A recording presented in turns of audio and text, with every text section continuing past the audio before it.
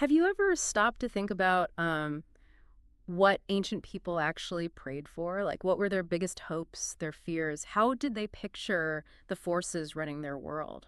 It's a great question because it wasn't just abstract theology, right? Mm, It was deeply tied to their everyday lives, their survival. exactly. And today we're doing a deep dive into some really ancient wisdom excerpts from the Rig Veda. It's one of the oldest texts we have from India. And these aren't just, dusty old documents. They're like vibrant windows. Yeah. You get a real feel for a world where nature and the divine were, well, completely intertwined. Right. So our mission today is to unpack some of these hymns, find those key nuggets of insight. We'll look at the amazing imagery, some surprising gods, and what it all tells us about their values, their daily lives. Yeah, and hopefully uncover some aha moments. There are definitely surprising things hidden in these verses. Absolutely. So where should we start? Maybe with Dawn. Who is this? She seems quite central, beautifully described. Oh, definitely Udo's. She's portrayed so vividly. They call her one of the refulgent daughters of heaven, a giver of delight. And interestingly, they note that dawns are similar in self-same fashion, day after day. That consistency must have felt reassuring. What kind of imagery do they use for her? It's wonderfully concrete. She's like a bright red mare, which is such a strong image.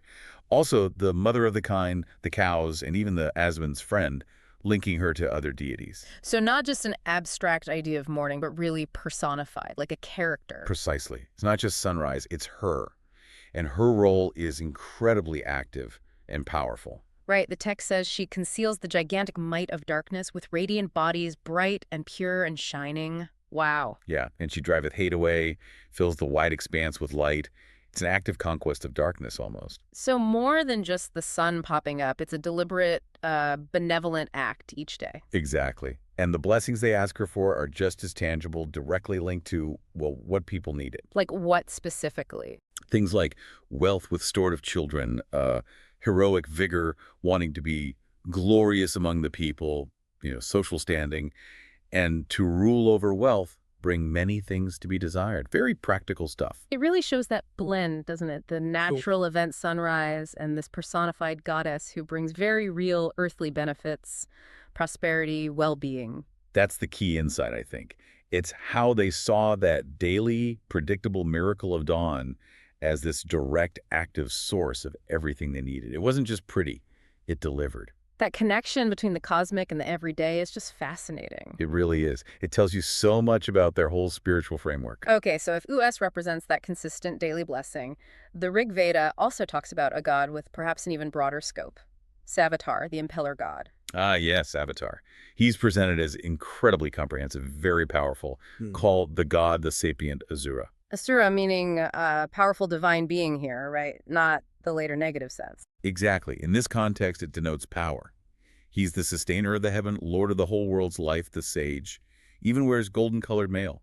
Sounds impressive. He really does. What are his big cosmic jobs, the things that set him apart? Well, the hymns say he hath filled full the regions of the heaven and earth, and hath stretched out his arms to cherish life, using his rays to both create and soothe everything that moves. So a life giver and sustainer. Yes, and he also protects each holy ordinance, holds the cosmic rules, and rules his own mighty course.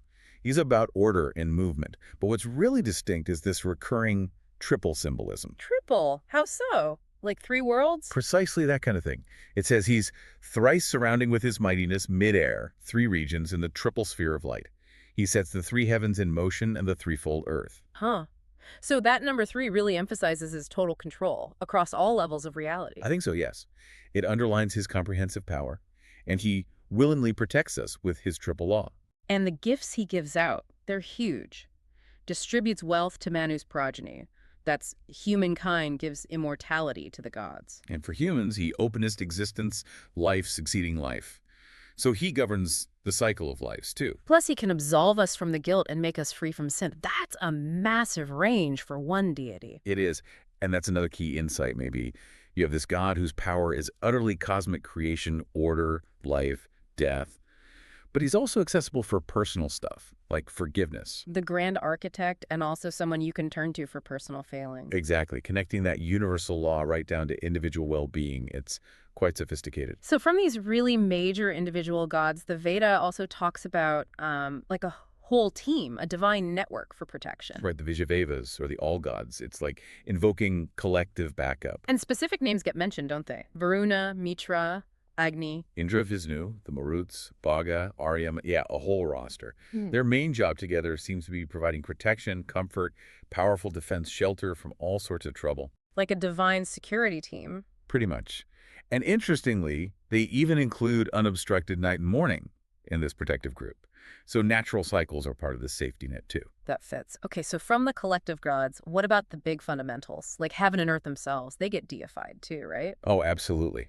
They're described as mighty, most meet for honor, and present here with light and gleaming splendors. Very majestic. And what's their specific role in this framework? Well, they're crucial. They're seen as pouring out their rain, exhaustless, life-giving. And they're faithful and guileless, having gods for children, leaders of sacrifice. So they're like parent figures almost, and their origin is mentioned. Yes, it says a skillful craftsman, maybe referring to a creator deity like Tivastar or Prajapati, produced these twain the earth and heaven, making them spacious and deep, well-fashioned, unsupported. Quite a feat of cosmic engineering. Wow, and they work together. Very much so.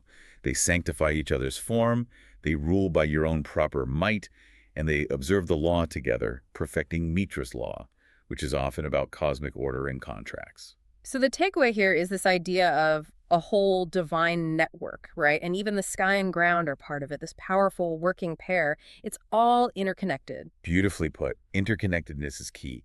And from that grand structure, let's zoom right in to the very practical stuff, the land, farming. The Rig Veda gets really specific here too. Showing that direct link between praying and, well, eating. Exactly. You see gods tied directly to agriculture, like Kotrapati, the master of the field, What do they ask him for? for what nourisheth our kine and steeds, food for livestock, and they ask him to pour for us freely, the wave that beareth sweetness, distilling mead, well purified like butter. Basically, bless the fields with fertility. Very direct. And there are others, Suna and Sira. Yeah, they seem to be deities associated perhaps with plowing or prosperity. Right. They're asked to bedew ye both this earth of ours with milk which ye have made in heaven, and grant prosperity. Milk from heaven to water the earth. Nice image. And even the plow's furrow gets prayers. Sita. Yes, Sita, the furrow, is venerated and worshipped, asked directly, that thou mayest bless and prosper us and bring us fruits abundantly. You can really picture the farmers saying these lines. You can. And other gods chip in too. Indra, Pusan. Right, Indra helps press the furrow, Pusan guides it, Parjanya, the rain god, brings the meat and milk. It's a team effort. It's fascinating. It just hammers home how practical their spirituality was. Even farming tools get divine attention because survival depended on them. It's not abstract at all. Absolutely not. It's spirituality woven into the fabric of making a living. Now, speaking of weaving the sacred into the everyday, let's talk about Gruda. Clarified butter? Butter. Okay, this sounds like one of those aha moments you mentioned. It really is something. Gruda isn't just cooking fat here. It's holy oil, a wave of sweetness, something profound that sprang from the ocean, and even turned to Amta, the drink of immortality. Immortality. From butter. Okay, tell me more. The text calls it holy oil's mysterious title and says the god's tongue is truly Amtar's center. It's linked directly to the divine essence. And the descriptions get pretty wild, right? A four-horned buffalo emits it. Yep, a mythical buffalo with 4 horns, 3 feet, his heads are 2, his hands are 7 in number, and he's bound with a triple bond. It's deeply symbolic, clearly not literal dairy farming. Clearly not. What's the origin story? How did they get this magical butter? The story goes that the gods discovered it laid down within the cow, concealed by Panis, these sort of mythical hoarders or demons.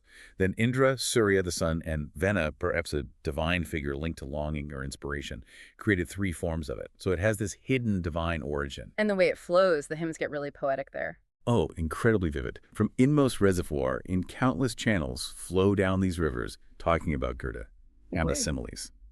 Like rivers, our libations flow, like the wild beasts that fly before the bowmen, like a red courser bursting through the fences. Even comparing it to women. Yes, like women at a gathering fair to look on. And as maidens deck themselves with gay adornment, it's described with movement, beauty, power, desirability. So what's the big insight here? Why is butter so important? Because it's not just butter. It's this profound symbol. It represents the essence of life nourishment, immortality, the liquid link between humans and gods through sacrifice. It flows from the cosmos through the cow, through the ritual fire, carrying prayers up and bringing blessings down like a herd of cattle or excellent possessions. The entire universe, the hymn says, depends upon thy power and might, the power of Gerda. Wow. Okay, that is an aha moment. Finding that level of cosmic significance in something so basic, that's incredible. It really shows the depth of their symbolic thinking. And this brings us nicely to the one who consumes the Gurta in the ritual Agni, the fire god. Agni, right, he seems absolutely central everywhere in the Veda. How is he introduced? As totally multifaceted. He's wakened by the people's fuel. So he starts with human action. He's the priest most skilled in worship, but also our worshipful house friend, our own auspicious guest, both ritualistic and domestic. Guest in the house, I like that. And he changes form. Dramatically. Yeah. His transformative nature is key. At thy birth art Varuna or Agni. When thou art kindled, thou becomest Mitra. So he embodies other major gods. In thee, all gods are centered. Indra art thou. He contains multitudes. So he's like a synthesis of the divine. In many ways, yes. He also springs up at daybreak as a strong white charger. He's a bull with 1,000 horns, a strong-necked steer, powerful, energetic imagery. And his main job is? He's the messenger, the offering bearer, and envoy between humans and the gods. He takes the prayers and sacrifices, like the Gurta, up to the divine realm.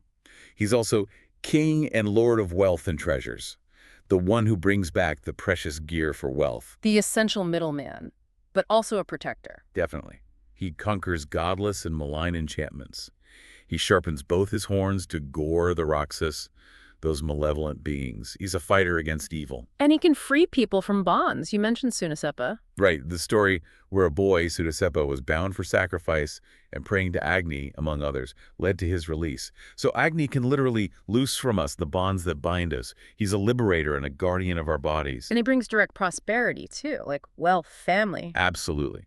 He makes wife and lord one-minded, promotes harmony, brings wealth containing all things precious, ample room and pleasure, and that classic list, wealth with sons and horses, with heroes and with kind, everything a Vedic household could want. It's incredible. Agni really is the ultimate synthesizer then. He links the home fire to the cosmic fire, humans to gods, brings protection, wealth, everything. He really is. That bridge function is critical. He embodies so many divine aspects, making him arguably the most central deity in the actual practice of Vedic ritual. A testament to their ingenuity, really. And all these invocations, these relationships with the gods, they happen within a structured ritual context, right? You mentioned Apris hymns. Yes, the Upras. They're like specific hymns designed to activate different parts of the sacrifice. They show how structured it all was. Like a checklist for the ritual. Sort of. Yeah. You have specific invocations for Agni in his form as Jatavedas, all-knowing. For Narasamsa, praise of men, maybe inspiring the right. For the Barhis, the sacred grass spread out. The doors divine, allowing God's access. Morning and night, the two celestial priests, goddesses like Sarasvati, Ila, Bharati, the divine craftsman, Thvastar, even Fenaspati, lord of the forest, often the sacrificial post. Wow, every single element had its moment, its own invocation. Exactly. It shows this wasn't just casual prayer. It was a highly intentional, carefully orchestrated process to engage with the divine world effectively, deeply organized. We've really unpacked a lot today, haven't we? Looking at these hymns, you see the Rig Veda isn't just, old poetry. It's this incredibly rich tapestry.